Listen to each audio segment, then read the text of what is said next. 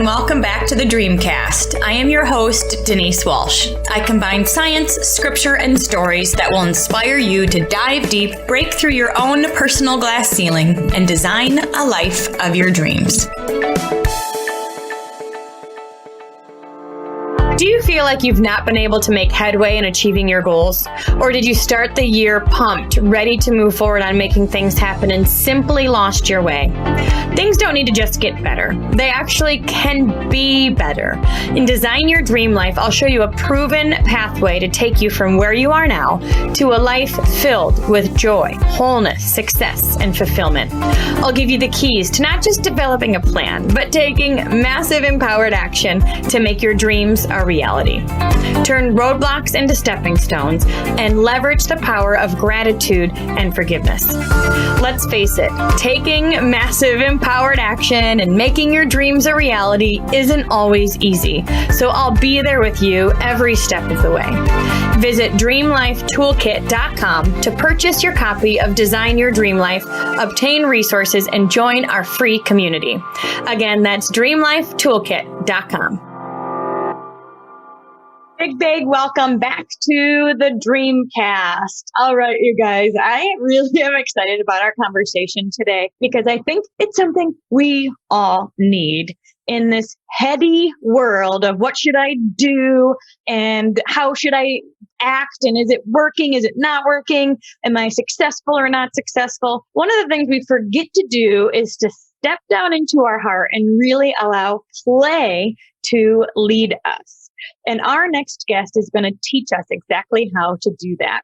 She is the author of Bella Santini in the Land of Everlasting Change. And when she isn't dreaming up dragons, monsters, and other magical beings, she gratefully wanders through some sumptuous fields and meadows in the Cotswold area of England. She is very much in touch with her inner child and finds that she cannot walk by a swing set without stopping to play.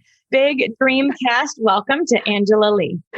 Thank you so much. I am so thrilled to be here talking to your audience and sharing the little bits of knowledge that I have. Yay! Well, I think it's really a powerful time. I mean, any time in our adult life, we need to be reminded to play, to laugh, to connect with our inner child and experience that joy.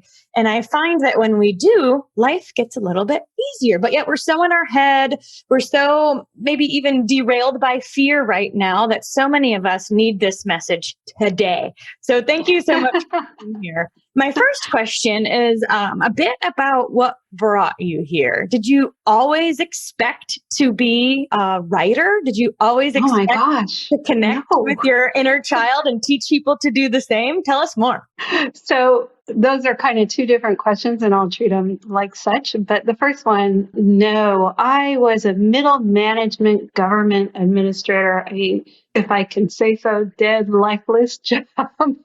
Had no creativity or little creativity involved. I was married and a mom, and I basically lived a very normal life. Behind the scenes, I was very unhappy in my marriage. I was unhappy in my work, but a lot of people didn't see that because I tried to put on a happy face. And in 2017, I lived in California, and the Tubbs wildfire swept through Sonoma and Napa counties. And on that night, that October night, it destroyed 5,000 homes and killed 25 people. And one of the homes was mine.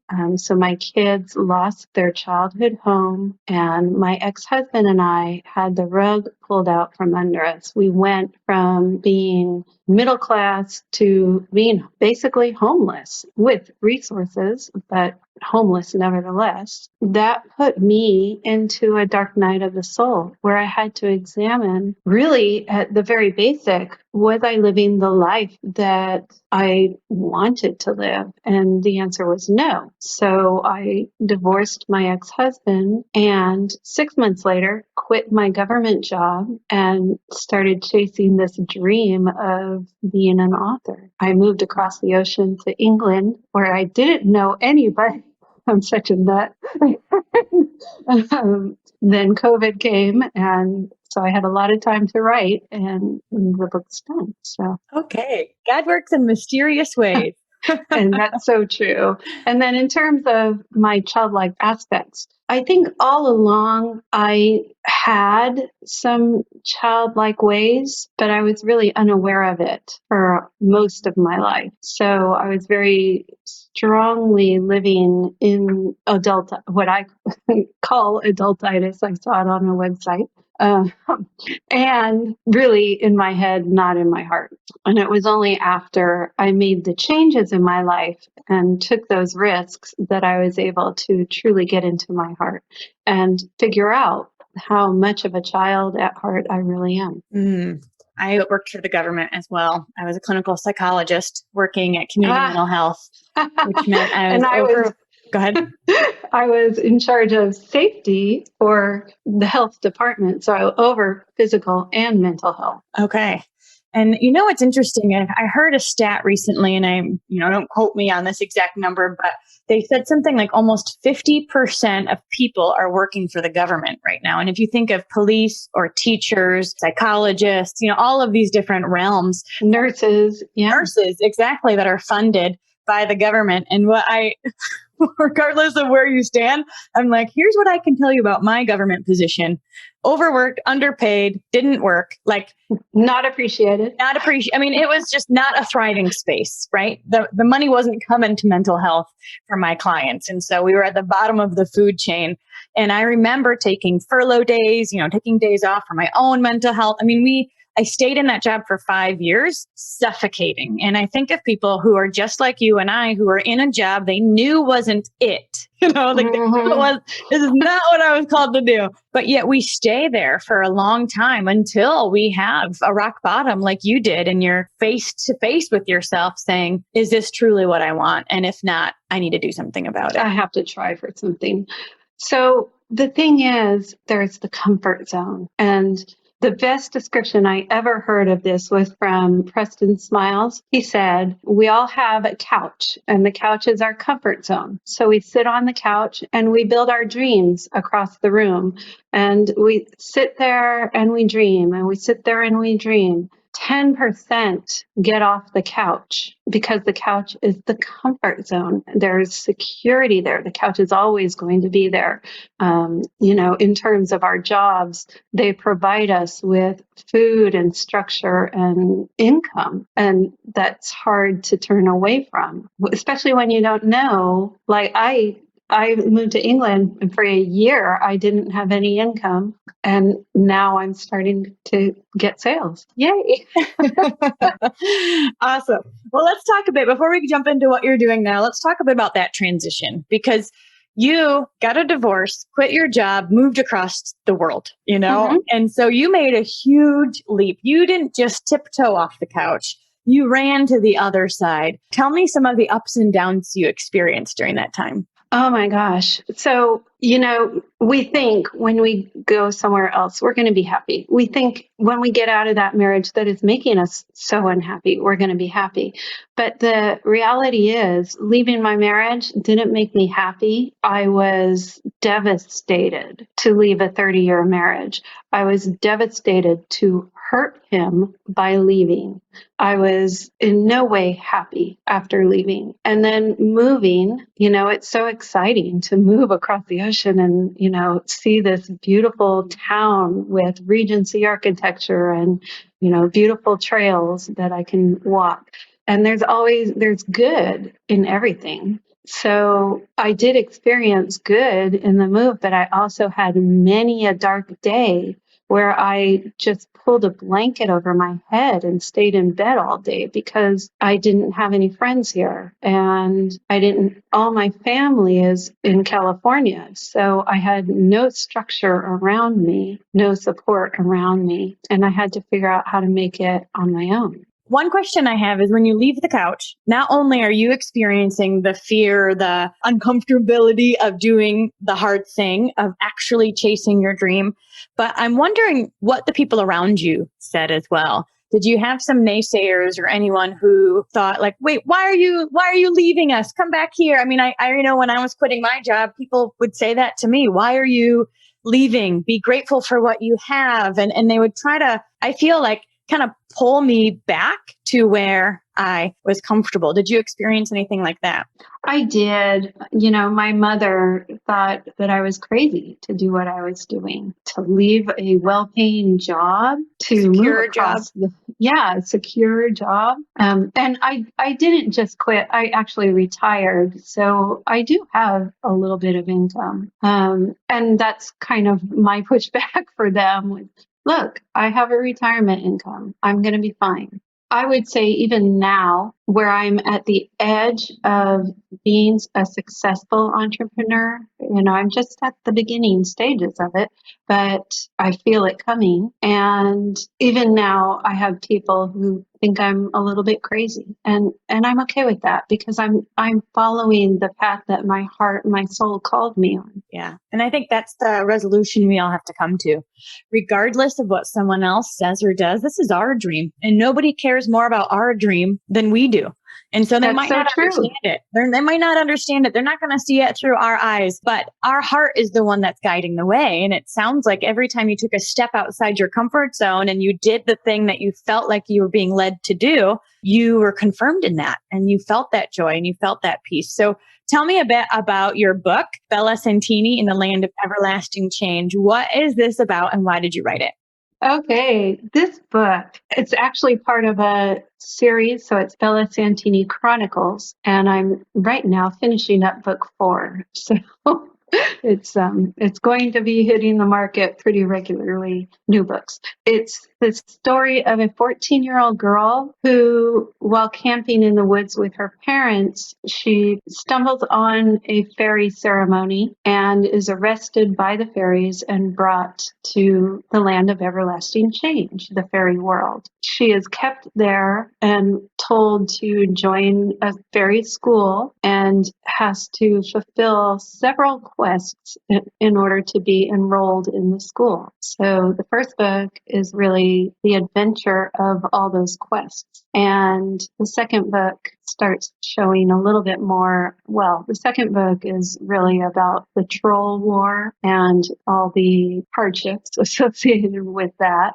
And then the third book, her heritage starts showing up. So don't want to give anything away, but you will find out when you buy the books. And what's different about these books is that when I got married, I was very young and I ended up marrying someone who is very controlling. And with the best of intention, he ended up emotionally abusing me. So his intentions were always to help me, but what it came out is abusive. So what I know now is that I allowed all of that to happen. I allowed myself not to set boundaries and not to speak up and say, I deserve better than that. And it's because I didn't love myself. So with this book, I'm trying to teach children emotional tools so that they grow up having a sense of self-love, a sense of self-importance, not in an arrogant way, but in a I'm great, better than nobody kind of way. It's really about empowering children to have a voice and to truly feel their feelings, because when we feel our feelings, we actually don't suffer. It's hard. It's hard to feel some of those really hard feelings, but it's only when we shut them down and step on that the suffering truly begins, because no matter where we go, that feeling is stuck to us. And so we suffer much more when we don't process the feeling than if we do just allow that feeling to flow. Wow. This sounds like a really powerful series for any preteen to teenager who we know, looking back, like really needs to own themselves. They gotta love their strengths, love their weaknesses, and honor their joys and all the things that we don't quite learn until we're adults. I remember being that age, and I think to myself, if I knew just how awesome I was back then, the insecurity can steal us from so many joys. There's that, and there's also the people who only embrace good. So I only want to, and I was this person, I only want to hear about joy. I only want to hear about laughter, happiness. And I don't want to see any bad movies, anything negative. So what I was doing is turning away from the part of myself that's negative, because we all have that polarity of good and bad within us. And when we embrace both of them, that's when we truly love ourselves. Wow. And you are now also a quantum shift facilitator as well. Tell me about that. So one of the people that truly helped me to grow through this is my friend Lisette Wertz. And she is a very powerful, magical being who can actually unstick energy and move it. And she taught me how to do it and certified me in that process. So what I do with the books is when I'm writing, I'm shifting energy, and energy, it's time, not bound by time. So if I shift when I'm writing the book, then the reader can feel that shift while they're reading. And so it is my hope that the books really trigger perspective shifts within the reader, whether they be the adults reading to their kids or the kids reading. Powerful, powerful. And you've taken this idea of magic and play and emotional healing, and you're creating an e-course about that. Is that right? That is true. Yeah. All right. So tell us what your e-course is all about. So the e-course really got started after a conversation I had with a friend who thought that the things that I put into the book need to reach the parents. So a parent taking the e-course will get in touch with their own inner child, and that will improve their relationship with their child, improve their relationship with their husband, with their friends, their wife, their family, and can make them more effective at work, which is a nice bonus. Play is such an important aspect of life. I finished reading a book entitled Play by Dr. Stuart Brown, and it's a very eye-opening thing. But in this book, he describes a sea squirt, and the sea squirt is a sea animal that is born and it's free in the water until it finds a place it connects to a boat or a rock. As soon as it gets there on its comfort safety couch, it starts eating its own brain and basically becomes a zombie that food comes to, that it doesn't need to do anything. And in the book, Dr. Brown draws a line between adults who have left play out of their life and that particular animal. Play is essential to living a good life. When we add play into a playful attitude, just into the mundane of life, if you're doing the dishes and your kid wants your attention, but you're so intent on getting those dishes done, you can push the kid away, or you can say, hey, let's play in this water and let the kids splash and have laughter and fun and still get the dishes done. And so it's by letting go of that time constraint, I'm busy, I'm overwhelmed, and allowing in that sense of playfulness that magic is unlocked in your life. Mm. Share with me a few other ways that adults can tap into their inner child and increase their play. Well, I do a guided meditation, which I will also have available online for people to buy and download. In that guided meditation, I take people through, basically, I take them into their mind and then into their heart, and through their heart into a doorway. And that doorway opens up into a play kingdom of their own design. So it can be cowboys and Indians, it can be the Mad Hatter Tea Party, it can be playing with chalk or swinging on a swing or building with blocks. And even me talking about these things will trigger a memory within any listener. of their own time doing that. So doing the guided meditation where they're given 5 minutes of unstructured play of their choice in the safety of their own heart, where they could fly, they could swim with the whale, they could, jump on clouds and see how fluffy and bouncy they are, whatever their imagination wants them to do. That really unlocks within adults that sense of playfulness. Yeah. I mean, you guys, an easy idea is to turn music up really loud and dance in your kitchen, just laughter. Laughter can get you out of your head and down into your heart. And what's so cool about this is that connections will happen, ideas will happen, things will start to bubble up for you that you may have forgotten about because we've been so in type A, get stuff done mode. But when we introduce this lighter side of life, there's a lot of fun things that can be stirred up for you. And it's true. You can actually be far more creative through being playful, turning up the music while you're chopping vegetables and dancing while you're doing it, or having the kids join you in cleaning the house and you have the music blaring and you're all dancing while you clean. Adding the playfulness to those things that we kind of don't like or want to do, not only does it transform your perspective about doing that thing, but it opens you up to creativity. And during that particular playfulness episode, you can come up with a very creative solution to a problem that when you're in your head and just focused on the results, that solution can't come. Absolutely. That creativity and the space for using our imagination is something we really get to create for ourselves because it's not in our normal routines necessarily, our normal schedules. I mean, I remember when I was in elementary school, they were talking about taking art out of the schools and things, and slowly creativity is lost because we're so much in the task-oriented zone.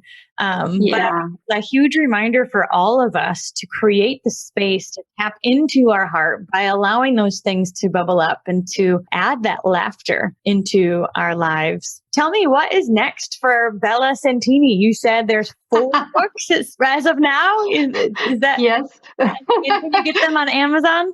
So the first book is currently in pre-sale on Amazon, and I'll provide you with that link. So the ebook will download on October 29th if you purchase it now. The second book will probably be on Amazon at the end of November. I plan on the third book in January and the fourth book in March. We'll see. Wow. How excited are you to see the fruit of all of your labor? Not only did you make those internal shifts out in California and you let go of the things that were no longer serving you, you stepped into a new life out in England, and now you're seeing the fruit of all of that transformation on real pages. I am so excited.